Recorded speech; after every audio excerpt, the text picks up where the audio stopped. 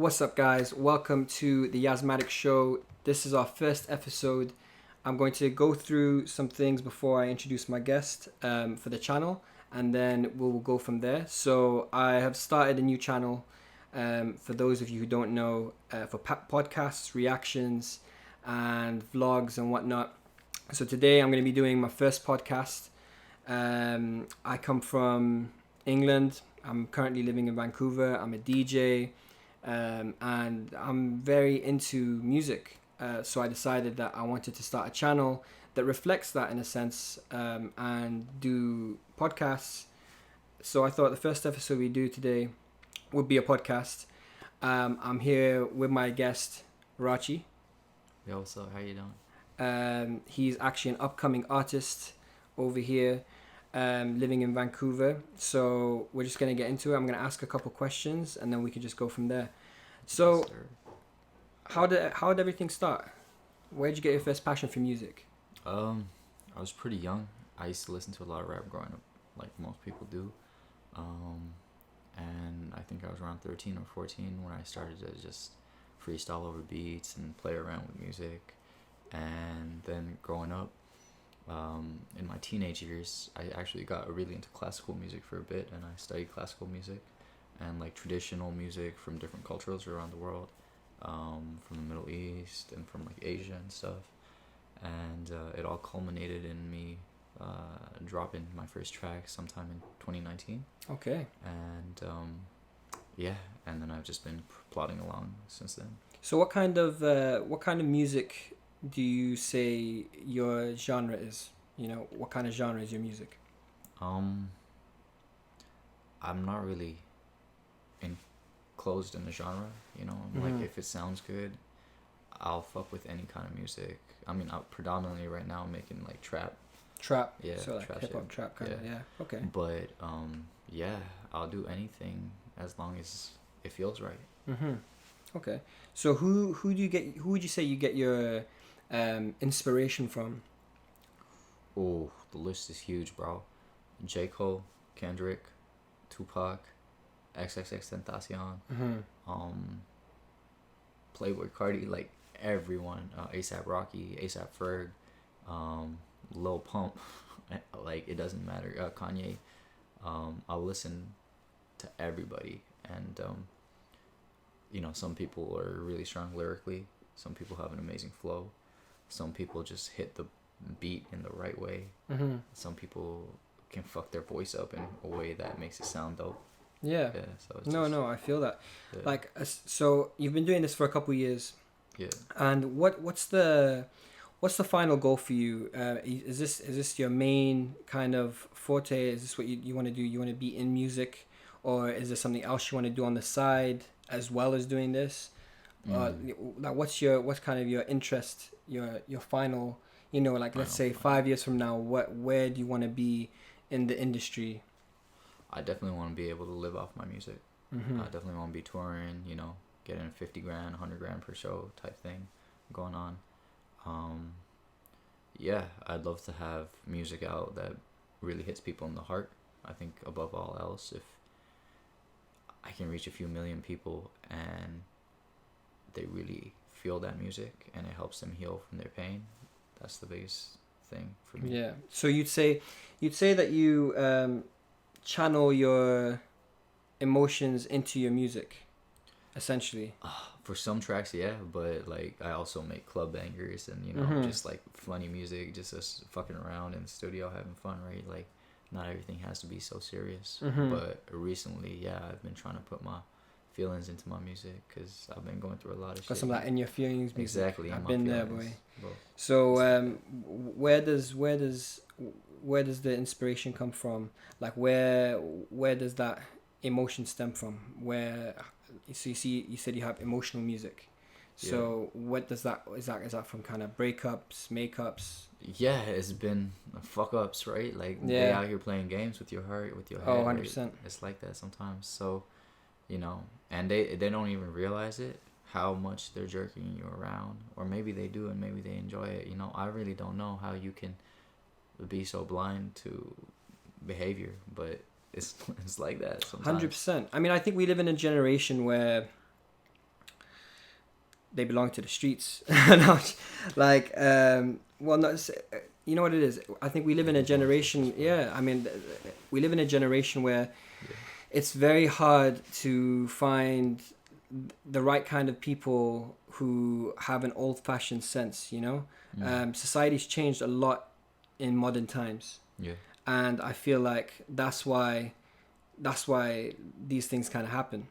But saying that, I also think that the best music that's made is made when the artist is going through kind of heartbreak or emotions, whatever. When they're down, they make better music than when they're 100%. actually happy. 100%. That's where the best music comes 100%. from. Yeah.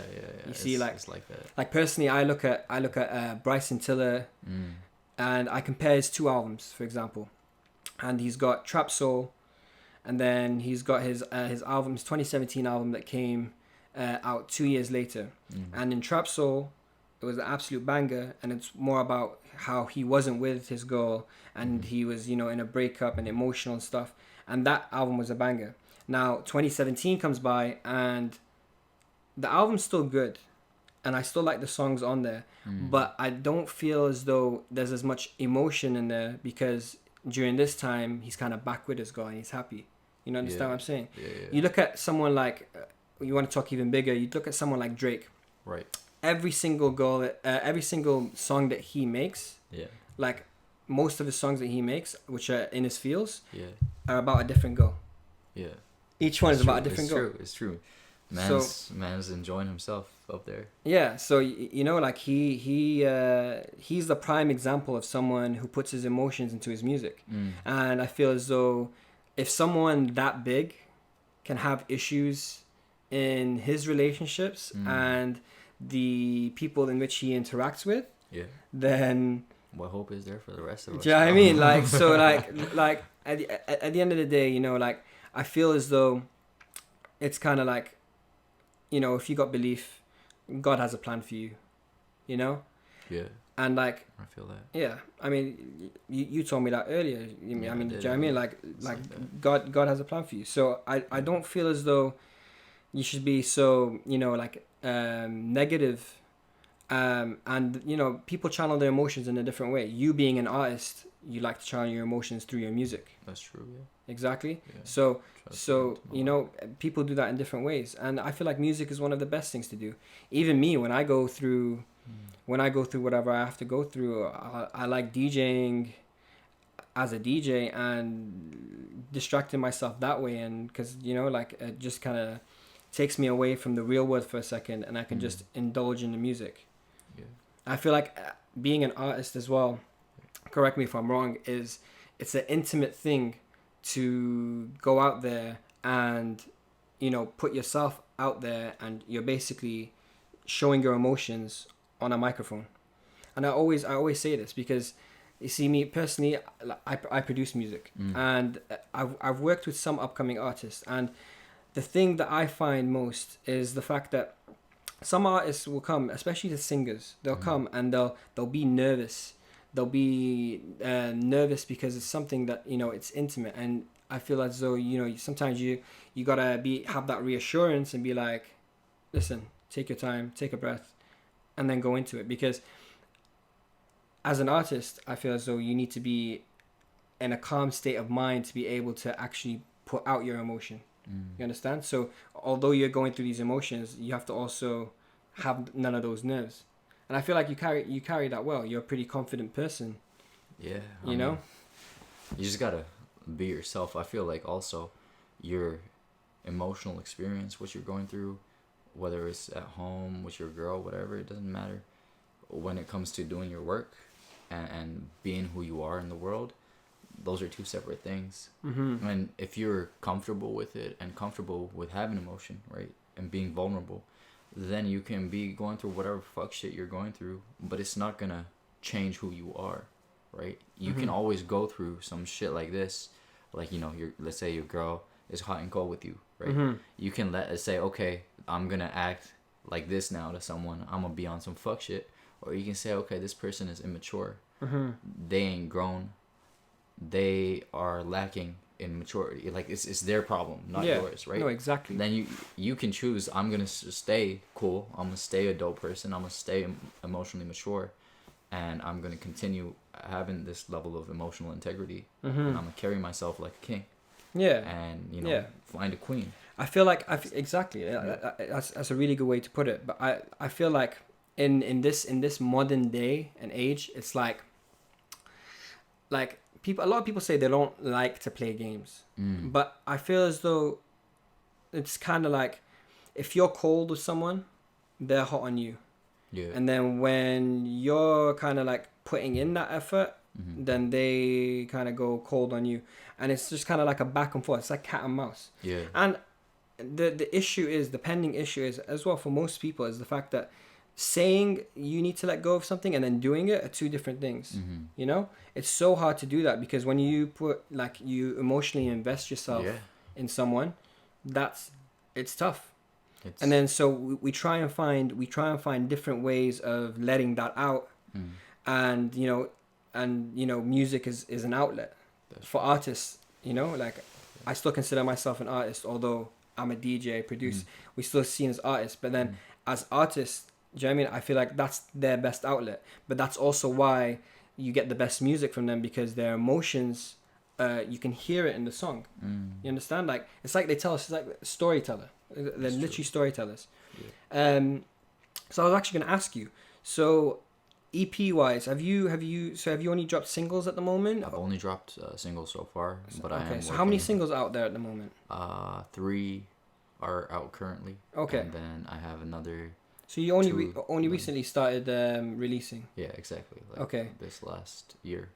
And okay. Like I went off it for a bit. You know, when you got problems in your life and you allow things. Distractions. Exactly. You allow the distractions, right? You have to choose whether you're gonna let whatever it is run your life, or are you gonna put yourself first, your music, your work. It doesn't matter if you're a musician or a fucking engineer. What comes first? Now I don't think there's anything wrong with putting people you love in your life first, but you have to really be sure that they love you too, because you might be there for them every single day, but if they switch up on you, right? If they're not loyal, if you know, loyalty is not just about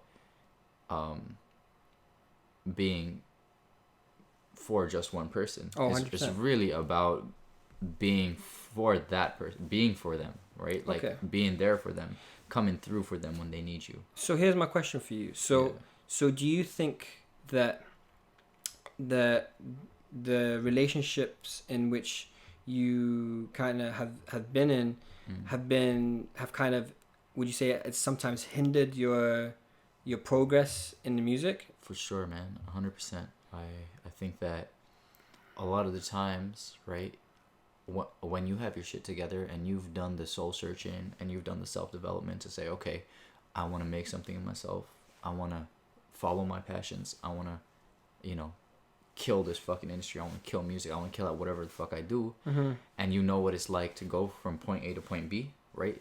Then let's say your partner, they don't have that fucking education, right? They don't have the same drive, but you see that they have a desire to make something for themselves. You start giving them the energy you were giving yourself to make yourself dope, in the hopes that you can raise them up to the level that they need to be your partner, so that they too can be dope, right? 100%. Right? And yeah, exactly. So someone's all fucked up emotionally, mentally, and they need all this therapy, right? Essentially, that's what I think personal development is just internal therapy, rather than going to a psychologist. You do it to yourself. Yeah.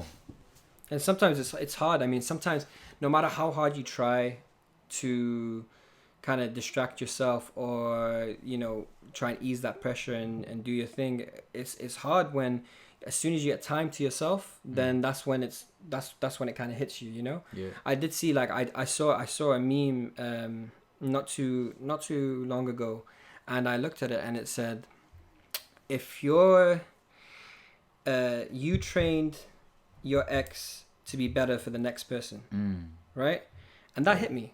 Yeah, that hit me too. That hit me hard, because I'm like, yo, so I put all my emotions into someone, and they learned the positives out of it, and it probably made them a better person. But then from the other side of it is, like I had to go through a negative experience for them to get the positive, you know. Mm-hmm. And I feel like that hits everyone in a different way.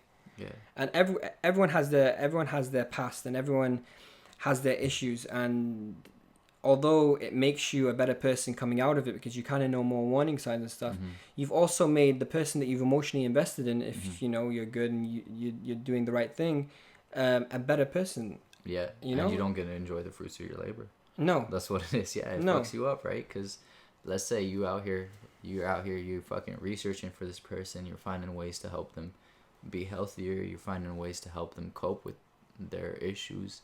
You're finding ways to help them succeed in their career. You know, whatever issues or support they need, you give them, and then they don't give you the same back, right? It's basic, like, I mean, it's very basic morals, right? That if someone gives you something, you give them something back. Right. So that basic morality, I'm finding a lot of the times is lacking. It's lacking. Yeah. It's lacking, man.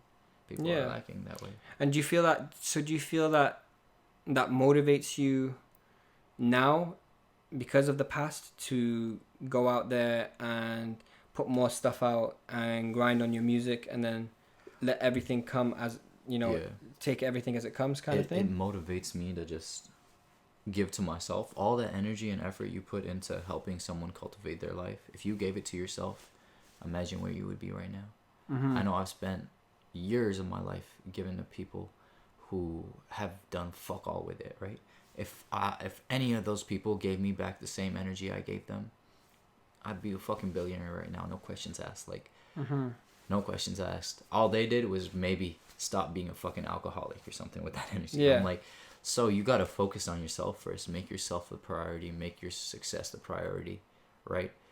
To the point where, you know, you can't be concerned with these external factors, whether it's women or something else. If your homies are switching up on you all the time, right? Your friends are switching up. They be acting shady. They ain't got their shit together. You give energy to them like that, they're going to pull you down with them, right? And I think that comes into account, and that like the people you surround yourself around should be people who have got the same motivations as you. You know, don't let anyone kind of take advantage, in a sense, of what you're trying to do, whether that's a relationship or whether that's someone who's friendship. If it gives you that stress, then it's not good for you. Nothing is worth disturbing your peace. And here's the thing, like a relationship, a good relationship, a healthy relationship, it should only make a positive impact on you. It should only make a positive impact. It should be your life should still be easy, if not easier, because then you got someone else pulling their weight as well and helping you build a foundation, and you know, like take over the world together, you know.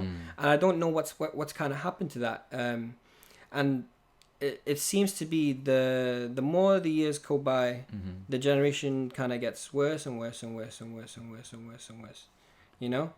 Like you look at for example the older generation, the way they think is completely different than the way we think. The way in which they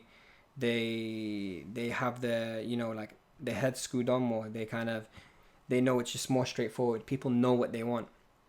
There's no capping, you know, like there's no no cap. There's no capping whatsoever. Like and to be honest with you, it's eye opening, because you look at the older generation and you're like, they live so much more simply. And I'll ask you another thing. So do you think that social media has something to do with this? Do you think the fact that social media has become so prominent that, and let's say social, and then obviously other stuff like dating apps and all this stuff, and the concept of people judging you on how you look, and you know what I mean, some people, to be able to, you know, people think they can go do better and better and better and better, rather than the natural way of meeting someone when you go out, or when you you know, do you think that's kind of like changed the mindset? Is that one of the reasons you think that the mindset has changed and the way people act? I think that sort of ideology was always there. I think technology accelerates everything and makes it more powerful. So that sort of thinking also is coming not just from social media, but it's coming from what conditions young people's minds nowadays. It's TV shows, it's movies, it's music, right? So we have all these ideas in our music, in our TV shows. We have all this sort of, if you look at it, our generation is so egotistical without having anything to show for it, right? So people think they're the shit when they haven't done shit, right? Like, humility is lacking in people a lot nowadays, right? 100%. And consideration, kindness, these things are fading from society. No, 100%. I definitely agree with that. I find more so nowadays in people who are in gang shit, they're more caring, more loyal for the gang, right? Than like the normal people you would imagine. They say, oh, we're the good citizens, but where is their loyalty? Where is their consideration for the people around them? It's not there. So it's something interesting I've started to see. Yeah, I mean, I understand that. It's just I feel like a lot of things have changed during our generation. It's just the mindset, the way in which people think is completely different compared to any other time, and because everything's instant gratification now. Exactly. Everyone chases clout. Yeah, chases clout or chases pleasure. Yeah. Like, people are fucking, because it's like jerk off plus for them, right? Like, it's just a little bit better than jerking off, but like, people that ass is like, okay, jerk off plus, right? You got Disney Plus, you got jerk off plus. That's what fucking, and having sex, people are fucking like that. They ain't have love. They don't know what it's like any skills on how to build a family, how to build loyalty, how to build trust, right? They're not there for that shit. Half our generation is just trying to get a nut. They're just trying to bust. Yeah. And it's like that, and that's all right. I feel like apps like I literally feel like apps like Tinder and all these things are a way. That's what they've become. Like a hookup app. It's just basically people just doing that just to try and hook up. And you actually made a really good point to me earlier when you said that now people are looking to kind of settle down more towards their 30s rather than younger. When you look at the older generation, it's like they settle down from their early 20s to mid 20s kind of thing. Now you're seeing the different trend where everyone wants to push that back, do their thing or whatever, and then settle down when they're older. Apart from the people who, have more of a mature mindset, right, and have that more of that old-fashioned kind of sense where they're like, no, like I want to have my family early, I want to settle down early, I want to build myself with someone early, exactly, and I feel like that's definitely true, and that's because of these little things. They affect everything that goes on in the world. And I feel like if you're not woke, you really have to be woke to actually think about the bigger picture, in that you need to see what's going on. Because I just feel like the way even the strength of a relationship, for example, I feel like it's not nearly as strong as it used to be. How they say you're supposed to go across bumps across the road, and then it makes the relationship stronger. These days it's like, okay, instant gratification. If it doesn't work, throw it out. Yeah, that's what I'm saying. Either break up, make up. The amount of relationships I've seen which are we broke up 7 times or whatever, and we still got back together. Like, it's not healthy. And I don't feel like you see that as much when you look at the old generation. Like, we live in a world right now where it's just kind of, it's very, very hard to find that connection, that right person to actually motivate you, help you, and as much as you help them. And it's just like it's the concept of percentages. Like you're putting in 150% into the relationship, and then you're only getting 40-50 back. Do you know what I mean? Yeah. So it really, I feel like it's a really, really interesting topic. But as I said, this is the way it is now. Yeah. I mean, you're very right, man. Yeah. It's like you know, X said, these host fire stars like lit matches. Like, at the end of the day, a lot of people, you know, they saying that she's not your girl, it's just your turn. It's a way of thinking that people don't have anymore, at least in the youth that I see. I mean, I'm not so bothered by it, right? At the end of the day, people can do whatever the fuck they want to do.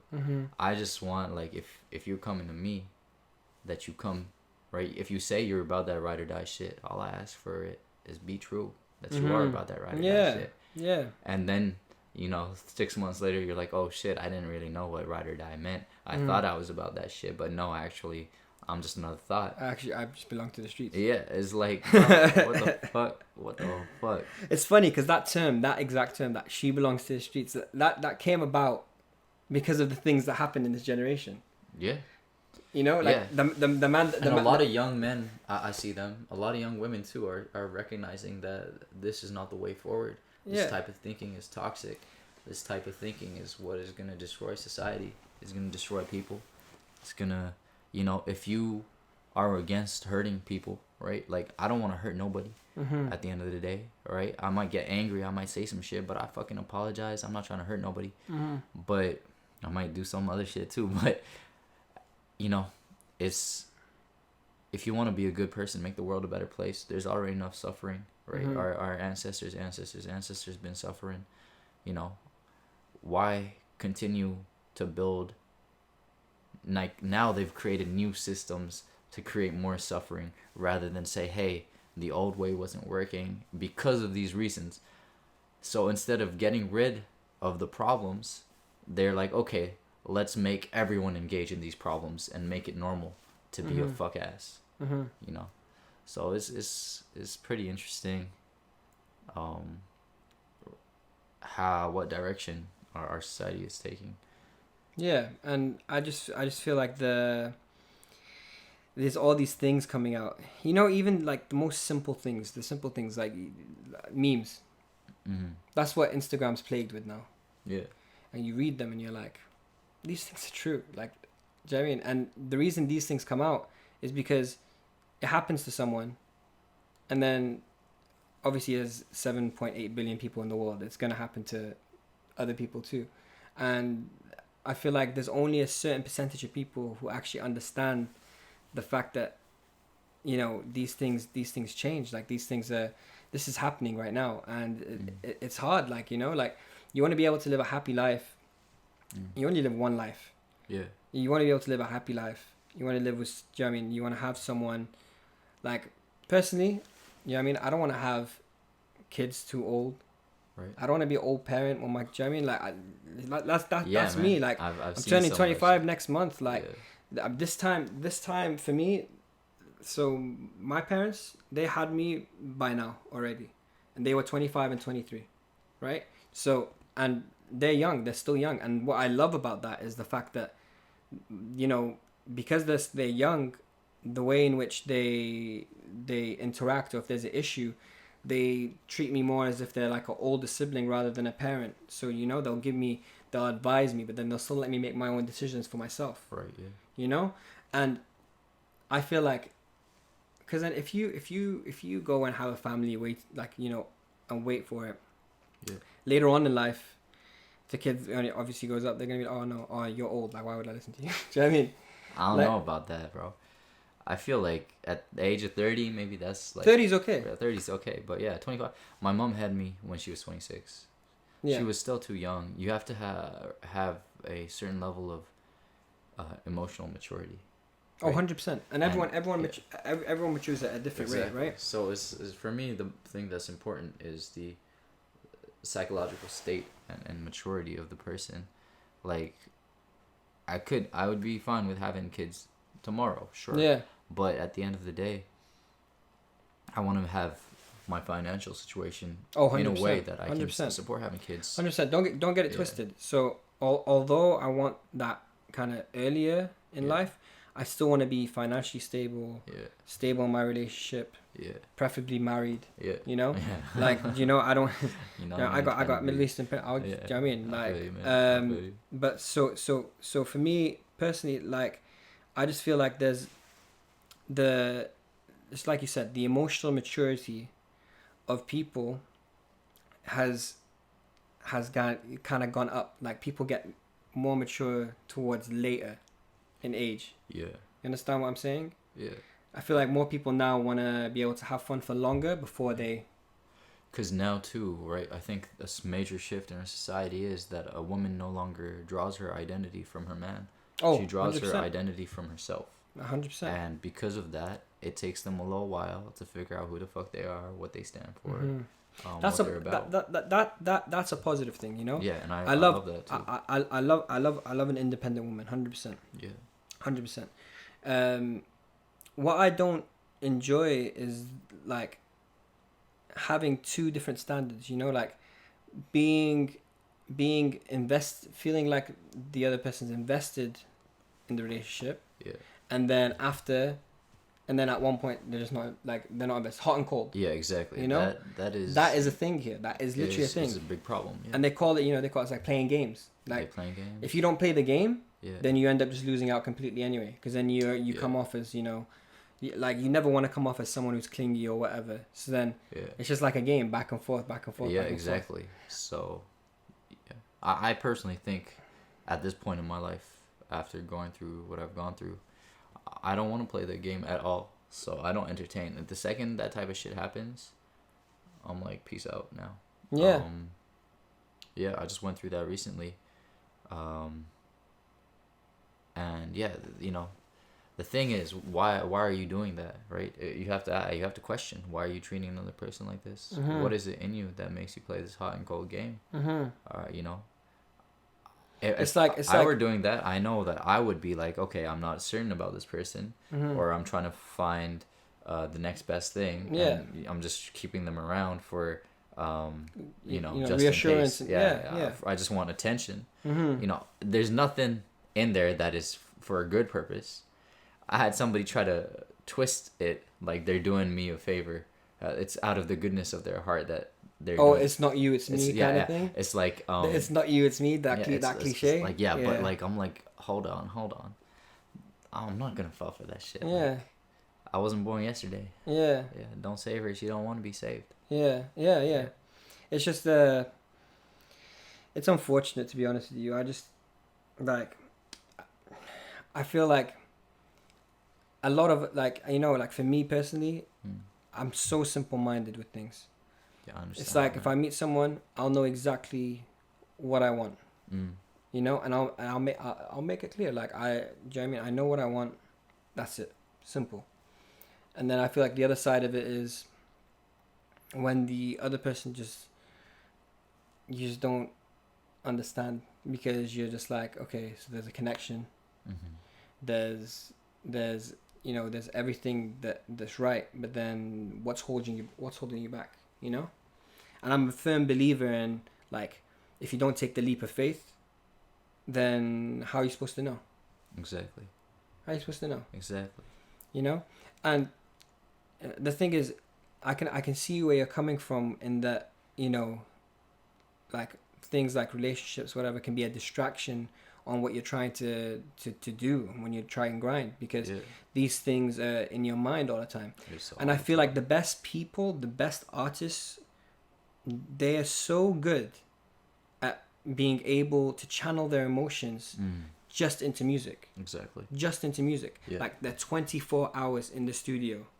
And because although someone's, you know, messed with their head or whatever, they're always in the studio, you know, putting their emotions out there, putting their emotions on the table, making bangers, because it's real. It's real. And people like real. If you can catch yourself in that spot, when you're fucked up and when you're hurting so bad, and you know that bitch did you wrong, you're gonna make a fucking banger, guaranteed. Yeah. Guaranteed, your music is gonna hit. I mean, hard. look at even, I mean, Drake is obviously the big one, but then look at, like, A Boogie. His albums, they got so much emotional investment and about his relationships, and they're like a story, like they're fully a story in that how, you know, this person hurt me and this and that, and do you know what I mean? I'm not gonna fuck with a like, I'm not gonna fuck with a girl that I've been with if she's, do you know what I mean, gone and done a thing with another man. I think it was something about, he had a bar when it was like, I if my baby mama fucks with another, I ain't gonna touch her. Like, do you know what I mean, that's what he said. Like, that's literally that's literally what he's like. And I feel like it just goes back to the fact that artists make better music when they're sad, which is crazy. Crazy. Yeah, I mean, it's crazy because I'd say artists make better music when they're emotional. So if you're really fucking happy and some joyous occasion occurred, then you can make some dope music. Banger, yeah. Like the Baby put out a few bangers. Gospel, hey, hear that song? Yeah. I mean, yeah. When you want to talk about different genres, and you know, obviously you got like the hype, you know, like the Baby, Amigos, and all that. They're just on hype. They're just high on life. Do you know what I mean? That's a whole different thing. But then when you talk about the other artists who are kind of, let's say, like, you know, more sensitive, I guess. Yeah. You know what I mean? They're the ones. When they're in pain, right? Yeah, like, they're in pain. Like, you know what I mean? both ends of the spectrum. I mean, Drake dropped "Laugh Now, Cry Later," man, and I was like, damn, this is just like Drake in a nutshell. Because it's like he'll make a banger, absolute madness, and then the next thing you know, he'll drop like "All I Need," and it's just all like slow and do you know what I mean? Like, he's just like, he goes through that. He's human too, right? Yeah. And I feel like the reason people love that so much is the fact that he embodies what everyone's feeling towards someone else. You know, when you're down, what do you put on? You put on your Jacques, you put on your Drake, you put on your Boogie, you put on your XXX. Do you know what I mean? You put on this kind of like emotional music. Right, but when you're happy in that, they feeling the same shit. They feel, exactly. So it's whatever's encapsulating your emotional experience at the time. You're gonna put that on. Although, if you want to really live life in a good way, you don't put that sad shit on because it's gonna fuck you up even worse. I find like if I want to be happy, I'm like, yo, I'm gonna put some hype shit on and just get angry instead. Yeah. Oh, fuck a bitch. No, 100%. Yeah, like. It's hard sometimes because, you know, sometimes you have your Spotify playlist, and then it's obviously gonna have all kinds of songs on it, and then like for some reason, I don't know about you, but for some reason in that point in the time, the emotional song will come on while you're doing something, and then you're like, yo, like this is not what I want to hear right now, but then I'm still gonna keep playing it because do you know what I mean, this is the vibe, like, you know, but I also feel like although like you kind of don't want to hear it, whatever. Sometimes a part of you does because it's therapeutic in a way. You know, you listen to the song, you just kind of like, especially if you're on your own. Permission to feel that. Yeah, and it gives you that validation, permission to feel that way, because it makes you feel like, okay, well, I ain't the only one who's gone through this. Yeah. I'm not the only one who's gone through this. I'm not gonna be the last person who goes through this either. Yeah. You know, and I feel like that's always one of the best things. You know, among other things, you can obviously always go gym, go do your thing, like go out, you know what I mean, make YouTube videos, like, you know, there's a lot of other things that you can do, but I feel like the best artists are the ones who can use that emotion and put it in their music, and it's unreal. Yeah, I've never seen anything like it, you know. All right, so we'll move on to a more joyous topic. We'll get back into the music, innit? All right, right. So what is your, are you looking, so obviously I know you've been dropping singles. Yeah. Are you going to try and drop a, you know, like an EP? Yeah, for sure. Is there a kind of a date in mind for that, or is there? I've been working on tracks for it. I've been putting an album together, but I don't have a solid date. I'd like it to be by the end of the year. By the end of this year? Yeah. Okay. Possibly. But yeah, the thing is, like, I'm gonna keep dropping singles because I gotta run up my fan base before I drop an album. Exactly. Right? What sense does it make if I don't have 100,000 people down to listen to that album, right? Like that. So that's my first. That's the way you want to do it. Yeah, I want to drop singles until I got enough of exposure to have an album dropped. And do you write all your music? Yeah, of course I write all my music. I also co-produce a lot of my tracks. Okay. And, yeah, so And what do you find it? Do you struggle to find time to be able to write music? Is that why you feel like the output isn't as much as you like per se? yeah, it's not just that, it's getting studio time, right? Studio time, that's Yeah. a huge thing. Another Yeah, thing, studio time, and especially then, during COVID, I guess as well. yeah, it's fucked. Also getting the right space, being in the right mindset. I try to get in the studio once a week with my friend, but yeah, sometimes it doesn't happen. Writing the music is the easiest part for me. Writing the lyrics is super easy. Half the time I'm freestyling in the studio, but then picking the beats, creating the beat, choosing what we're sampling, all that is a part of the process, right? So, making a whole track when you're choosing the samples and making the beat and everything from scratch can take a few hours. Oh wow. Yeah. Yeah. No. Yeah. That makes sense. Yeah. How long do you think it takes for you typically? Because I know it's different for every artist. Like, how long do you think it takes for you to make a song? Usually, like on average. It's different. Every song Different, is different. yeah. I've made a song in 2 hours before. I made a song in 4 hours. I made a song in 16 hours. Mm-hmm. So it all depends, man. Like, Mm-hmm. Do you find yourself having to take a lot of? Because I know sometimes.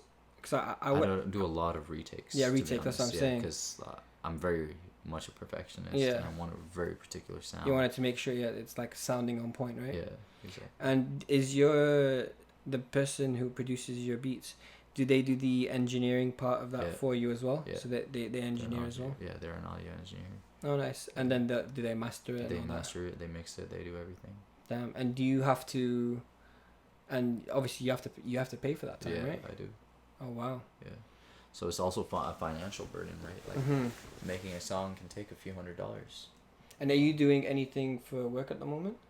Yeah, I have a few small businesses that I'm trying to push forward. It's a healthcare product company that I have that I'm working on right now. So our first product is like hair oil, keeping hair frizz free, thick, Hair oil? strong. Yeah, thick, wow. strong. So if you're losing your hair and stuff, Oh damn. that type of thing. I never even knew this. What? Yeah, That's crazy. Okay, yeah. When's that supposed to be? That's already like, if you want to buy a bottle, let me know. I'll Oh, hook you wow. up, yeah. Guys, I'll stick for the ones on YouTube. I'll stick that link in the bio. So Yeah. no worries. Yeah, it's great stuff. I had dreadlocks for a while. It fucked up my hair. My hair was a lot tighter. Now the curls are a little looser, but before then, my curls were way tighter. And What's in it? a lot of different oils. So like, what's it called? Castor oil, rosemary oil. All these different oils. They all have different properties that are really good for your skin and your scalp. Okay. And that's the most important part of for your hair to grow. Your scalp has to be really healthy. Okay. Yeah, so it just increases your scalp health. Think of it like the soil, right? Like if you have healthy soil, you can grow a lot of plants, you can grow a lot of veggies, whatever. But if your soil isn't healthy, you're not going to grow anything in your land. So your scalp is like your soil, your hair is like your plants. Wow. Yeah. I never knew that. That's a crazy thing. That's so random.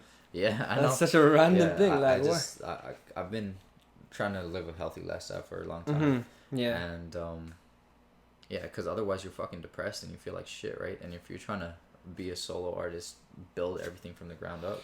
Yeah, I feel like as we get to, I mean, I'm in my mid-20s, and I feel like the last year, like I've changed a lot in my lifestyle in the sense that self-care is an actual huge thing, you know? Yeah, it has to. Like I never used to do like lotion and moisturize and do this. Now you find in myself. I ain't doing that. I'm ashy as fuck. If my elbows are just in a bad way. See me, I'm on my cocoa butter formula. Do you know what I mean? Face cream, everything. I'm always, do you know what I mean, looking soft and I'm good, because I just feel like it's now become part of my routine, and it helps a positive mindset for me. You know, it just helps me just feel.